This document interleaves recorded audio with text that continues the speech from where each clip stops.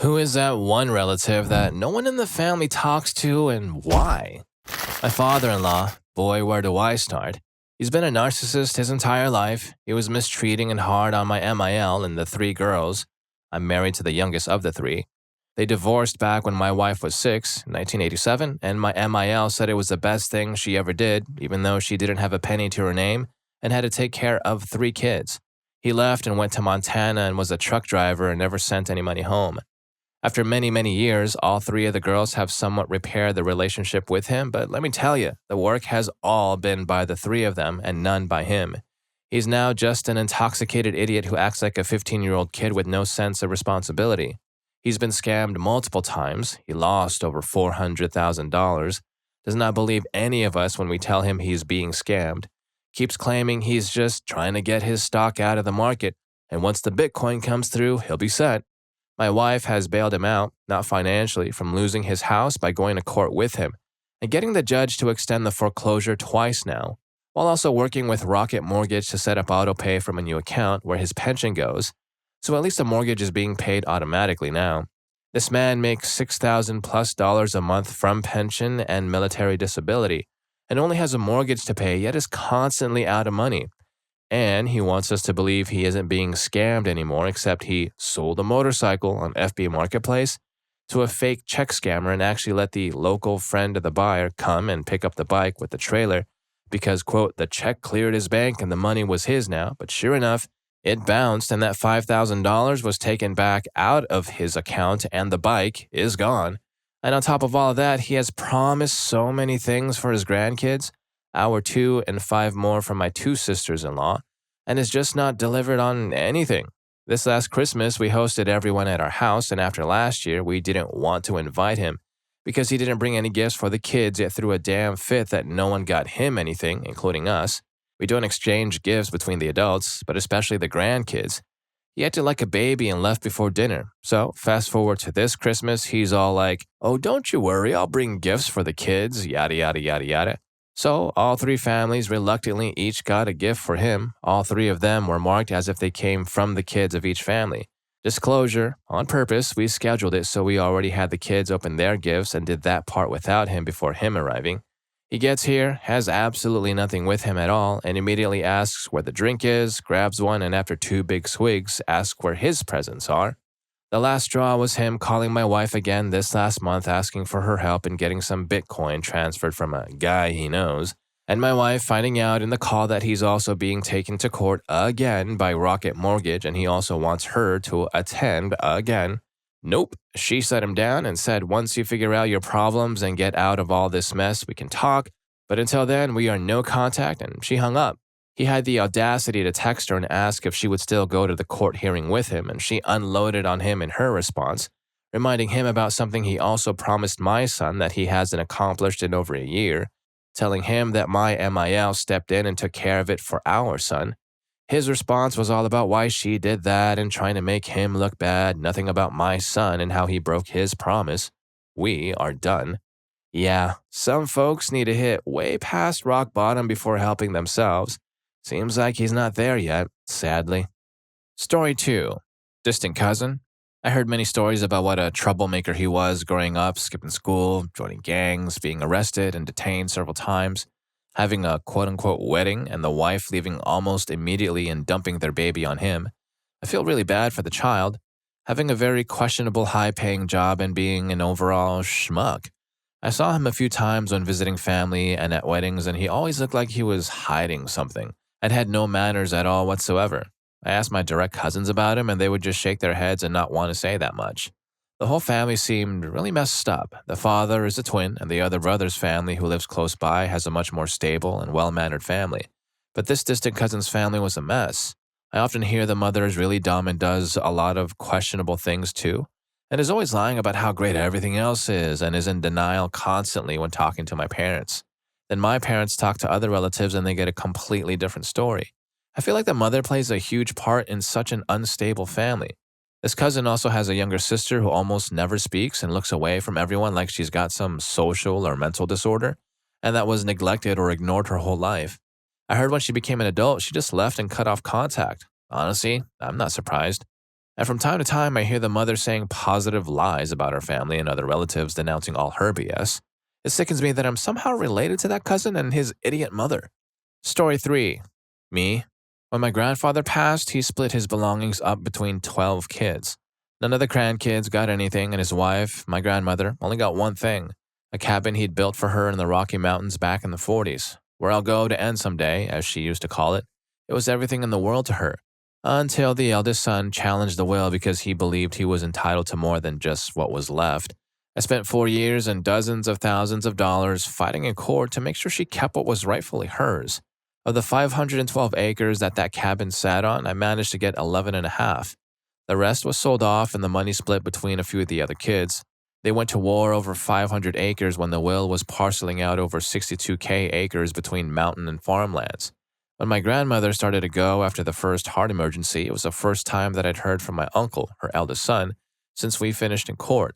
I told him it was it and he needed to get down soon to say his goodbyes. He brushed me off and told me he'd put together 100K to put the cabin back where it belongs. I needed to be restrained by hospital personnel and he threatened to press charges if I didn't sell him the property. I outlived him and the property is mine now. I'm slowly buying back the land we lost from a couple of different parties. None of it belongs to any of my uncles or aunts who fought for it in the first place. And I told all of them that if they ever darkened my doorstep, I'd end them. The kids have held the grudge and view me as a bad guy for stealing their heritage and inheritance. I guess he won the waiting game in the end, just live longer. Story 4. When I was little, I had an older cousin. He was in high school when this happened, so maybe I was entering middle school. As soon as he was able to, he sued his parents for neglect and a whole bunch of wrong things. He pretty much had an awful childhood, got into substances and bad crowds because his parents just straight up neglected him in every way. When they went to court, it was a wake-up call for the dad. He sobbed and pleaded guilty without question. He had so much remorse and just wanted his son to forgive him, which he eventually did, and they became close again later. He is a good man. He just made some awful mistakes and he spent the rest of his son's life trying to make up for it all. The mom, however, lied in the entire court process to cover herself. She spent some time in jail where the dad then divorced her. Many years later, my cousin passed away from too many substances. He was doing well, but relapsed. We had a whole funeral and celebration of life and the whole family came together, except for the mom. The mom refused to show and demanded that she be able to have her own funeral with his son. I'd decay if that ever happened. We also don't talk to my quote-unquote grandmother. When my dad was a young adult, late teens, early 20s, his dad left the family to find himself, leaving my dad's grandmother and mom to take care of 3 kids. Now, that doesn't sound like the worst thing, especially if he came back eventually, which he did. However, finding himself meant finding a new wife that was my dad's age. Yeah, I have a grandmother that's the same age as my dad. He never apologized or ever thought it was wrong. The grandmother tries to act like she's really our grandmother or my dad's mom, and we try to ignore her best we can, even at social gatherings. Story 5. For me, it's my aunt. I have no parents and my final grandparent passed away a few months ago. Out of their 4 children, only my mother chose to have a single kid, so now it's me, surrounded by 2 childless aunts who live within 20 miles of me. When mom was alive, she was the venting board for her younger siblings and kind of became the head of the family. After their matriarch, my grandma, passed away in 2016. When grandma passed, mom became the head of the family, so to speak, and everyone dumped their problems, conflicts, and sorrows on her, which was highly damaging. I could tell she was worn out. Now that mom is also gone, even though I am the youngest one left, I am constantly on the other end of my aunts' demands for help with yard work. We all can't afford to hire people now, but they still demand I come over and do it for free. Personal issues and attention, since they decided not to have children. One of these aunts lives further away and is very demanding of my time, generally guilt-tripping me about how family is supposed to drop everything and come help, no questions asked. It has gotten to the point where I can't tell if I'm planning a vacation because she will fake a mental health crisis right when I'm going, and I'll have to drop everything to come walk on eggshells with her. I am far better off financially now than I used to be and can afford to take trips more often. I think it makes her jealous, so she'll call sobbing in the middle of a quote-unquote depression crisis when she knows I'm about to depart in an effort to get me to either invite her or cancel my journey altogether. I just had to go to NC, no contact with her this week because of her behavior. I have no need for the same stresses that eventually ended my mom. I'm not a therapist. She's apparently ranting on my other aunt currently about how rude and nasty I am for not making her problems my burden.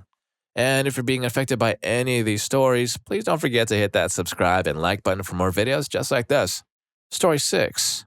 My uncle, Terry. He's in his 60s, outwardly prejudiced, and always talks about his glory days when he was in high school. All the stuff he did, the women he scored with, the cars and motorcycles he drove, and how he drove them, how great he was, etc. But hasn't done anything with his life in the last 40 plus years. He's not intoxicated or anything, just doesn't have a redeeming, likable quality and is just typically miserable. He talks on any woman he sees at family functions if given the opportunity to be alone with them for more than 5 minutes. And when I was younger, I warned any of my girlfriends to steer clear of him and specifically pointed him out. I make sure to never leave my wife while at family functions if he's around. And decades ago, when my sister was present, he had the opportunity to corner her and make a pass, and occasionally would make some risque comments. To this day, my sister refuses to be in the same room as him. He's never inappropriately touched someone that I know of. He's just an overall sleazeball. He's ultimately harmless, but just makes everyone else uncomfortable. He complains about everything and everyone. Nothing is ever good enough. I genuinely have never seen him happy, or smile for that matter. He and his wife, Sarah, name changed, has been married for what seems like forever. At least once or twice, they almost got divorced, separated for a while. And the running joke in the family was that if they got divorced, Sarah would stay in the family and Terry would go away. Grandma had always tried to keep the peace and get the family together. But after she passed, we don't do many family gatherings together anymore. If we do, he rarely shows, thankfully. I've probably seen him twice in the last 15 years. I have young kids, boys and girls, and hope they never meet him. I guess the only thing Terry's been consistent with over the years is his ability to make family gatherings feel like a walk through a minefield. Story 7. Get comfy. This one is a slow burn. Full disclosure though, I'm a stupid schmuck and I probably didn't handle any of this very well, but I feel vindicated by how everything turned out. So I have a cousin, I'll call Max, who was always a little immature. He'd post edgy stuff on Facebook and got a little too into nerd culture. Whenever we saw him, he'd be attached to his mom. He's a few years older than me, and despite the fact that we technically had a lot of common interests, he gave me the ugh. He didn't try to talk to me, so I left him alone. Fast forward to his early 20s, and we see Max for the first time in a while at a family thing. He gets hammered and spends all night talking to his female cousins and in-laws. Mind you, they weren't related to him, but I still find that kind of thing distasteful, so I continue to ignore him. Fast forward a bit further, and Max has got a successful YouTube career. I think he started it as a teenager, but it really took off in his mid-20s. When I learn about this, I throw it on. It's some of the cringiest stuff I've ever seen, so I keep ignoring him. I was at a bar, chatting with a friend of a friend one day, and YouTube comes up. I mentioned that I have a cousin with a show, but I haven't seen it. FOF recognizes Max's online stage name and says that Max has a whole fandom. FOF goes on to say his show is very good and that I should give it another chance. I pick a random episode and in it, the MC is lamenting how he feels like his family has ousted him and he feels alone and rejected. It was a passionate performance and I actually cried right there in the middle of the bar. The next day, I rounded up another male cousin just in case Max was still weird around women and organized dinner and drinks with the three of us. My plan was to reconnect, maybe apologize for being a schmuck, and welcome the black sheep back into the flock, or at least be polite to him if we still didn't mesh. I don't really get the chance because Max is absurdly rude to the waitstaff, to the point where we pulled the server aside and apologized when Max was in the bathroom. Also, he was extremely evasive about his YouTube career when we asked about it. This had been something he'd done for the entirety of his adult life, and he had nothing to say about it, which was odd. All he'd say is that he was taking a break. I go home and relate the story to my SL. She's never met him and decides to Google him, something I honestly never thought to do, but maybe should have. She informs me that Max has gotten in trouble, not once, but twice. Apparently his taking a break was more like laying low. And now that I'm older, wiser, and I have the confidence to say, I'm not coming to the barbecue if you invite that creep, I don't have to deal with Max anymore. I've continued my lifelong tradition of ignoring him, and that's what I intend to keep doing. Story 8. Me. My dad enlisted in the military while my mom was pregnant, so I didn't grow up around my uncles, aunts, cousins, grandparents. So they pretty much forget that I even exist. A couple of months ago, there was someone who passed away in the family and we went to the funeral. After the funeral, we were at someone's house. Another person called every woman in the living room a cattle of witches. While my mom was in the room and while my sister didn't care, I was mad that this schmuck who didn't even know my mom called her a witch. And like I said, I'm not around my extended family a lot at all. I don't know them, don't know how they are like, what it is even like to be close to extended family. My family are close friends that I have had since high school and their family since they treat me like I am a part of their household. So I told the schmuck to apologize to my mother for calling her a witch. This resulted in my cousins and their kids getting ready to harm me. I'm 46 years old. Some of these guys were older than me and had kids in their 20s ready to give me a hurting. Getting shunned from a post-funeral event for defending my mom from an undeserving insult, and spending the rest of the event with my mom on the porch as everyone else, including my sister, had a good time. My mom was thankful that I did what I did.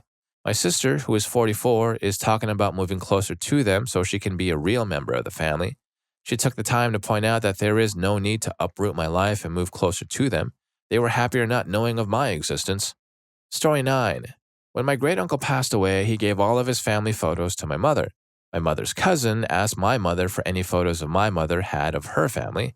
My mother made copies of those photos and gave her those as she kept the originals as my great uncle wanted her to keep the originals. About 6 months later, we had our semi-annual family reunion, and during it, my mom's cousin was just saying mean stuff about my mother to anyone that would listen.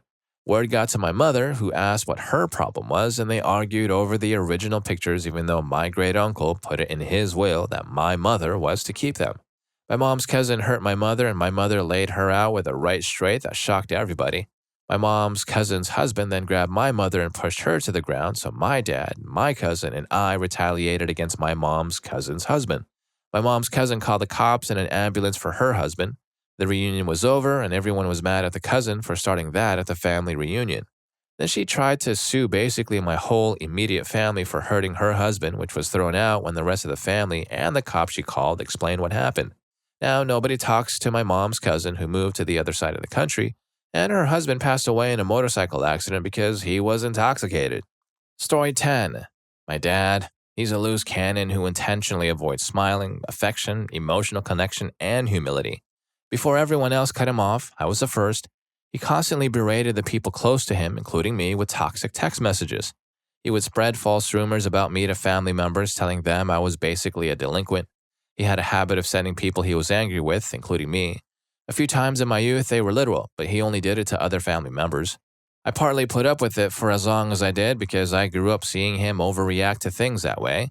And as unhealthy as I could recognize it as a child, I held on to the delusion that eventually I would just have a normal father-son relationship with him, like other kids whose dads were in their lives.